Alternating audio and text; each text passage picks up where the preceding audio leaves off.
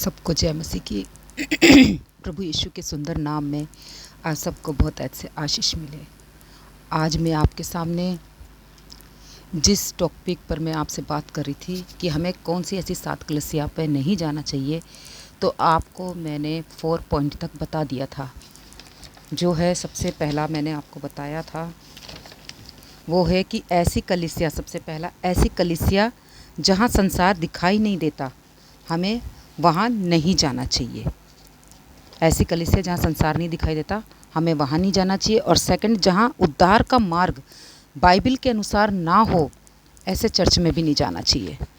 और तीसरा, जहाँ बपतिस्मा बाइबल के अनुसार ना होता हो, ऐसे चर्च में नहीं जाना चाहिए। और 4, जहाँ अन्य भाषा जिब्रिश बोली जाती है, वहाँ नहीं जाना है, ऐसे चर्चों में नहीं जाना है। अब आपके सामने मैं 5वां पॉइंट ला रही हूँ, जहाँ महान आज्ञा नहीं सिखाई जाती है, ऐसे चर्चों में नहीं जाना है। एक बार मैं और रिपीट कर देती हूँ, जहाँ महान आज्ञा ना दिखाई देती हो, ना सिखाई जाती हो, ऐसी जगह, ऐसी चर्चों में नहीं जाना है। क्या आप जानते हो 40 दिन वाले यीशु को?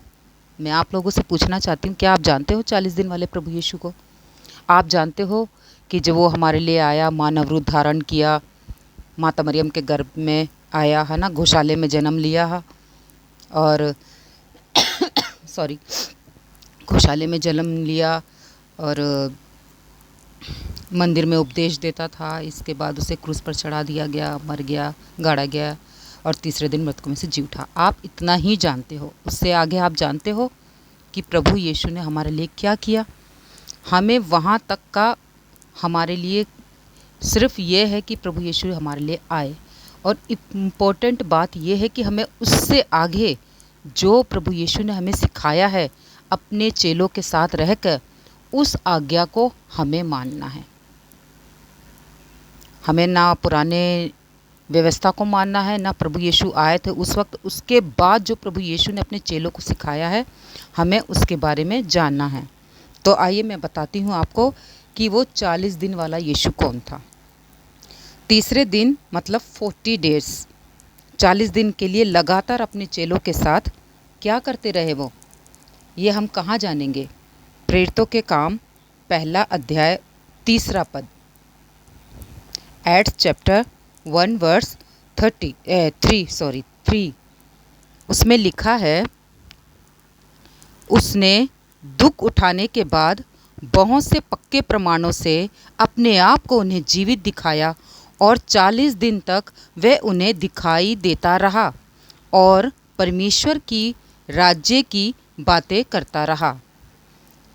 आपको समझ में आ गया कि प्रभु यीशु उठाए जाने से पहले, मैंने बीच में शायद गलत बोला था, उठाए जाने से पहले, स्वर्ग जाने से पहले जब वो जी उठे थे, तो वो 40 दिन कहाँ रहे? अपने चेलों के साथ क्या सुसमाचार फैला रहे थे? पक्के प्रमाणों के साथ सबूत दे रहे थे कि मैं जिंदा हूँ। किस तरह से? देखिए, दोबारा से मैं पढ़ देती हूँ आपके लिए। एक्ट्स चैप्टर 1 वर्स 3, उसने दुख उठाने के बाद, क्रूस पर मरने के बाद बहुत से पक्के प्रमाणों से अपने आप को उन्हें जीवित दिखाया। अपने चेलों को अपने हाथों में दिखाया कि मैं वही हूँ प्रभु यीशु जो मर गया था और जी उठा है। तीसरे दिन जी उठाने के बाद अपने चेलों को पक्के प्रमाणों के साथ दिखाता रहा और अपने आप को उन्हें जीवित दिखाया और 40 दिन तक उन्हें दिखाई देता रहा। किन्हें? अपने चेलों को। और परमेश्वर के राज्य की बातें करता रहा। और क्या करता रहा? परमेश्वर के राज्य की बातें करता रहा। तो हम इससे जान गए कि प्रभु यीशु मरकर जी उठने के बाद 40 दिन उन्होंने क्या किया। तो हमें जो शिक्षा उन्होंने हमें हमारे पौलुस, पतरस और 12 चेलों को दी थी, 11 चेलों को दी थी, वही प्रचार, वही बातें आज वो हमें भी देता है। जीसस ने मत्ती 28 कब लिखा? ये 40 दिन में ही। इसका प्रमाण है इसमें कि मत्ती जो 28 है वो कब लिखा है? वो 40 दिन जब वो रहे तब ये लिखा गया। मार्कुस 16 से 18 तक कब लिखा? वही 40 दिन के अंदर जब वो थे तब लिखा गया। लूका 24 अध्याय 44 ये कब लिखा? ये भी 40 दिन के ही अंदर लिखा गया है। और यूहन्ना की किताब 20 अध्याय 20 चैप्टर्स और ये भी उसी समय लिखा गया है 40 दिन के अंदर। 21 अध्याय भी 40 दिन के अंदर ही लिखा गया है। ये मैं आपको प्रूफ इसीलिए दे रही हूँ ताकि आप समझ सके कि प्रभु यीशु 40 दिन कहाँ रहा। जी उठने के बाद 40 दिन वो क्या करते रहे, कहाँ थे?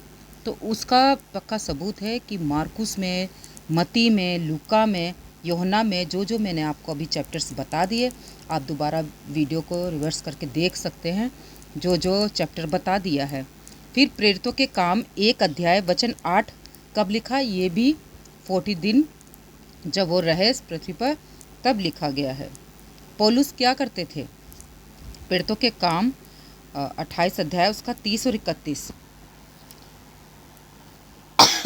सॉरी प्रेरितों के काम 28 अध्याय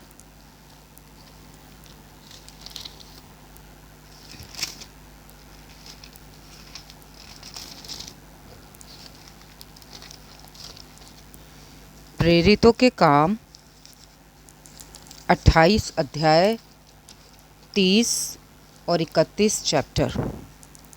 एक्ट्स चैप्टर 28 वर्स 30 वर्स 31। वह पूरे 2 वर्ष अपने भाड़े के घर में रहा और जो उसके पास आते थे उन सब से मिलता रहा और बिना रोक टोक बहुत निडर होकर परमेश्वर के राज्य का प्रचार करता रहा और प्रभु यीशु मसीह की बातें सिखाता रहा। तो पौलुस क्या कहते हैं? एक्ट्स चैप्टर 28 वर्ड्स 31 क्या बताते हैं कि वे पूरे 2 वर्ष अपने भाड़े के घर में रहा, किराए के घर में, और जो उसके पास आते थे उन सब से मिलता रहा और बिना रोक टोक बहुत निडर होकर, मतलब बिना डरे। और आजकल के पास्टर लोग क्या करते हैं? डरते हैं कि कहीं मेरी मिनिस्ट्री ना छिन जाए, कहीं मेरे पैसे ना चले जाए, कहीं मैं उस पद से उतर ना जाऊं। आप ये क्यों नहीं सोचते कि आपको जो परमेश्वर ने सेवकाई दी है उस सेवकाई को पूरा करना है सच्चाई और ईमानदारी से और खरी शिक्षाओं के साथ। तो बिना रोक टोक होकर वो परमेश्वर के राज्य का प्रचार करता रहा और प्रभु यीशु मसीह की बातें सिखाता रहा। कौन? पौलुस। तो हमें उसी तरह से चलना है। तो आप अपने आप को जांचें कि आप कौन से चर्च में जा रहे हैं और वो महान आज्ञाएं सिखा रहे हैं जिस चर्च में आप जा रहे हो। आजकल मेरा मानना है कि ये सब बिल्कुल सिखाया नहीं जा रहा है। मोटिवेशनल प्रचार हो रहे हैं, आ जाओ तुम्हें ये मिलेगा, चंगाई मिलेगी, आशीष मिलेगा, घर मिलेगा, नौकरी मिलेगी और जाने क्या क्या। तो हमें इस बात को ध्यान देना है कि हमें किस रास्ते को चुनना है। आजकल पास्टर सिर्फ अपने फ़ायदे के लिए ही प्रचार कर रहे हैं और ये बात मैं नहीं बोलूँगी, ये बात आपका खुद ये बाइबल यूहन्ना 2 पहला अध्याय 9 और 10, 2 जॉन 1 चैप्टर वर्स 9-10। तो क्या करते हैं पास्टर? 1 मैन शो कर रहा है। आज क्या कर रहा है पास्टर? 1 मैन शो कर रहा है। क्यों? और ये मैं नहीं बोलूँगी, ये बाइबल बोलेगा आपका। वो सिर्फ अपने फ़ायदे के लिए, अपने मतलब के लिए, वो स्वर्ग राज्य के लिए तैयार है ये नहीं है। सिर्फ उसको ऐसा लग रहा है कि जैसे यहीं रहना है, यहीं खाना है, यहीं ऐशो आराम से जीना है। लेकिन आप सोचिए कि हमारा ये घर है नहीं है, हमें यहाँ किराए पे हैं। ये है कि चलो संसार में है, घर बार होना अच्छी बात है, लेकिन परमेश्वर का काम उससे ज़्यादा ज़रूरी है। तो ये 2 जॉन 1 चैप्टर 9 और 10, 2 जॉन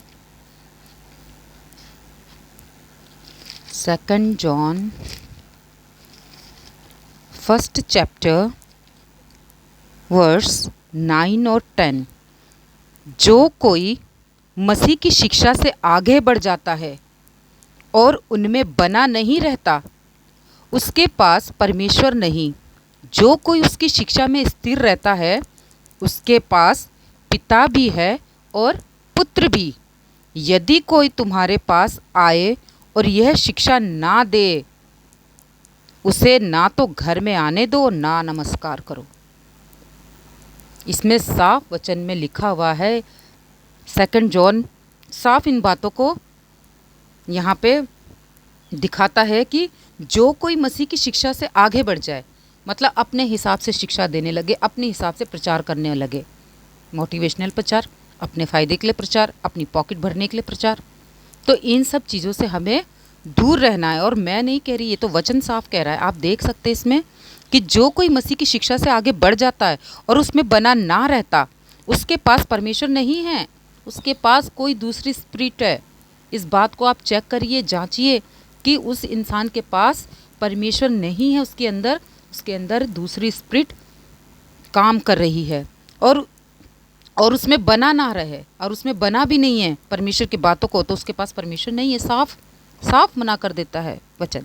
जो कोई उसकी शिक्षा में स्थिर रहता है, अब जो उसमें स्थिर रहता है, जो पौलुस पतरस को प्रभु यीशु ने अपने 11 चेलों को जो शिक्षा दी थी, उस शिक्षा में वो बना रहता है। प्रभु यीशु के जी उठने के बाद जो शिक्षा उसने अपने 11 चेलों को दी थी, पतरस, पौलुस, मार्कुस, उन सबको दी थी, मती, उन सबको दी थी, अगर उस शिक्षा में वो आज भी बना है तो वो प्रभु का जन है। उसके पास पिता भी है और पुत्र भी है। यदि कोई तुम्हारे पास आए और यही शिक्षा ना दे, देखिए साफ लिखा है, अगर वही शिक्षा जो उसने अपने चेलों को दी थी वो ना दे, तो तुम उन्हें घर में नहीं घुसने देना, ना उसका आदर सत्कार करना, ना उसे नमस्कार करना, क्योंकि वो परमेश्वर का जन नहीं है, वो दूसरी स्पिरिट का जन है। तो आप इस बात को ध्यान रखिए कि जो बाइबल के अनुसार वचन आपको शेयर नहीं कर रहा है, उसको जांचिए, परखिए। आप सोचोगे कि मैं कैसे करूं, तो आपके पास बाइबल है ना। अगर आप पढ़ नहीं सकते हो तो ऑडियो क्लिप है, आप सुनिए और कोशिश करिए, जांचिए कि वो क्या इसमें से बोल रहा है। अगर वो पौलुस पतरस की शिक्षा नहीं दे रहा है तो वो प्रभु का जन नहीं है। ये बात बिल्कुल क्लियर कट टू कट इसमें लिखी हुई है। तो हमें उसके हिसाब से चलना है जो पौलुस पतरस चल रहे हैं। और आज वही शिक्षा हमारे मसीह मंथन बैठक खरी शिक्षा, पास्टर दानियल राज जी भी वही चीज़ों को हमें सिखा रहे हैं और हम दूसरों को भी सिखाने की कोशिश कर रहे हैं। अगर आपको हमसे ना समझ में आए तो आप बाइबल कॉलेज ज़रूर करिए। शॉर्ट टर्म बाइबल कॉलेज मसीह मंथन बॉम्बे में पास्टर दानियल के द्वारा आप ज़रूर करिए। आपको सारी सच्चाई मालूम पड़ जाएगी, सारी बातें आपके सामने बिल्कुल शीशे की तरह साफ हो जाएगा। तो यही सब मैं आपको बताना चाहती हूँ। जो कोई आगे बढ़ जाता है, मसीह की शिक्षा में बना ना रहता, उसके पास परमेश्वर भी नहीं है। और वो कौन सी शिक्षा है? जो यीशु जी उठने के 40 दिन की शिक्षा, कौन सी शिक्षा है? वो है महान आज्ञा। उसी आज्ञा को हमें लेकर चलना है। Go preach the gospel, go preach the baptism for the son and holy spirit, और गो मेक द डिसाइपर्स। हमें ये शिक्षाओं को लेके चलना है। Teach them what I have command. ये था, उसने कहा है कि जो मैंने बातें बताई है वो तुम टीच करो, बताओ लोगों को, कमांड करो, है ना। Teach them what I have command, ये था। अगर वो इन बातें या आज्ञा को नहीं मान रहा है तो वो चर्च का हीरो बन के बैठा हुआ है। जब मान ही नहीं रहा है तो वो तो सोच रहा है कि मैं ही सब कुछ हूँ। अगर वो परमेश्वर की ये आज्ञाओं को नहीं मान रहा है, महान आज्ञाओं को नहीं मान रहा है, तो वो क्या बन के बैठा हुआ है? वन मैन शो बन के बैठा हुआ है। मेरे पास आओ, मैं प्रचार करूँगा, मेरे पास आओ, मैं प्रार्थना करूँगा, मेरे पास आओ, मैं तुम्हें चंगा करूँगा, मेरे पास आओ, मैं तुम्हारे सिर पर हाथ रखूँगा, मैं तुम्हारे लिए ज़रूरत पूरी करूँगा। और सो कॉल्ड पास्टर का ऐसा ही वेलकम होता है। ढोल बजाओ, नगाड़े बजाओ, फर्श में फूल फैलाओ उनके आने का, उनके आने के लिए, उनके चलने के लिए उनका आदर सत्कार करो। और पंजाब के पास्टर लोग का तो बहुत बुरा हाल है। जैसे जीसस खजूर की डालियों पे चलते थे तो उनको भी चलाओ, ऐसे ऐसे उनके मानने हैं। देखिए क्या कर रहे हैं आजकल के। आप खुद समझदार है तो आप इन सब शिक्षाओं में, गलत शिक्षाओं में कैसे पढ़ सकते हैं। यूहन्ना 2 उसका 1 और 9 क्या लिखा हुआ है? जो कोई आगे बढ़ जाता है और मसीह की शिक्षा में बना ना रहता है उसके पास परमेश्वर नहीं। जो कोई उसकी शिक्षा में बना रहता है उसके पास पिता भी है और पुत्र भी है। और ये कौन सी शिक्षा है? 40 डे वाली शिक्षा। ये कौन सी शिक्षा है? 40 डे वाली। आप यीशु के 3.5 साल वाले यीशु को जानते हो ना? 3.5 साल वाले यीशु को, जिसने चमत्कार किया, जिसने रोटी खिलाई, जिसने आंधी तूफान को थामा, जो पानी पर चला, जिसने मुर्दे जिलाए, जिसने आश्चर्य कर्म किया, दुष्ट आत्माओं को निकाला। तुम उस यीशु को जानते हो। और मैं बात कर रही हूँ उस यीशु की जो 40 डेज अपने चेलों के साथ रहा। और इस 40 दिन में वाले यीशु को क्या आप जानते हो? ये मेरा आपसे सवाल है कि आप जानते हो? आप तो उसको 3.5 साल वाले यीशु को जानते हो। इसको जानते हो? जानिए, और जानना बहुत ज़रूरी है। और आप ये भी देखिए कि वन मैन शो वाले जो बनकर घूम रहे, वो क्या आपको इसका प्रचार करवा रहे, इसके बारे में बता रहे हैं? आप उस चर्च में उस सेवक को सिंहासन पर बैठा कर रखते हो, उसे देखकर साफ साफ बोल सकते हो ये मूर्ति पूजा है। क्या आपको दिखाई नहीं देता? आपके आंखों में पट्टी बंधी हुई है कि वो सिंहासन में बैठा हुआ है, मोटिवेशनल प्रचार कर रहा है, अपने फ़ायदे के लिए प्रचार कर रहा है। क्या प्रभु यीशु की यही शिक्षा थी? यही शिक्षा थी प्रभु यीशु की। महान आज्ञा यही थी कि बैठ के मज़े से लोगों को चंगाई चंगाई चंगाई करके बताते रहिए।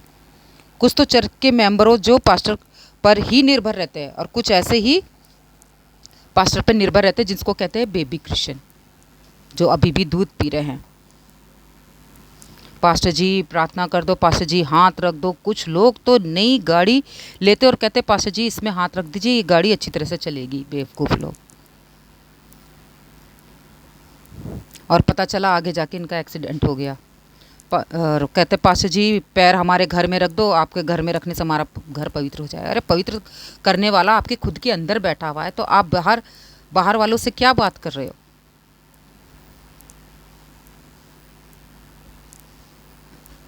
मेरा ये कहने का मतलब ये नहीं है कि आप पास्टर का रिस्पेक्ट ना करिए, रिस्पेक्ट करिए, आराधना मत कीजिए। आराधना और रिस्पेक्ट में बहुत अंतर है।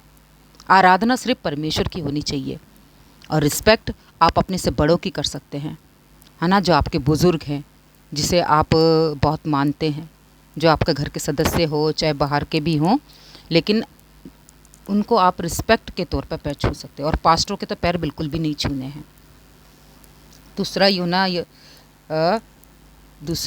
यूहन्ना फर्स्ट, वही बात मैं दोबारा आपसे कहती हूँ कि पहला पद 9 और 10 आगे वचन क्या कह रहा था? यदि कोई तुम्हारे पास आए और यही शिक्षा ना दे, उसे ना तो घर में आने दो और ना उसे नमस्कार करो। बोला ना वचन में। इस वचन को आप दोबारा से डिटेल करके पढ़ लीजिएगा। उसमें साफ लिखा है कि उसे घर में मत आने दो। कानों की खुजली वाले प्रचार क्यों सुनते हो आप? आपको जो अच्छा लगे, आपके जो आत्मिक खुराक है उसको सुनिए। बाहर से अपने आप को अच्छा रखने की कोशिश मत कीजिए। संसार में घुसने की मत कोशिश कीजिए। अपने आप को परमेश्वर के वचन से उसको पूरा भर के रखिए जितना हो सके, क्योंकि वचन नहीं रहेगा हमारे अंदर तो सब कुछ नाश हो जाएगा। तो परमेश्वर इस वचन के द्वारा, इन सब बातों के द्वारा आप सबको बहुतायत से आशीष दे। और जितना हो सके वीडियो को देखिए, शेयर करिए, और हो सके तो ज़रूर करके, अगर डाउट है आपको तो आप खरी शिक्षाओं को ज़रूर सुनिए, और Bible college, short term Bible college ज़रूर करके आइए। परमेश्वर इस सुंदर वचन के द्वारा आप सबको बहुतायत से आशीष दे। जय मसीह की।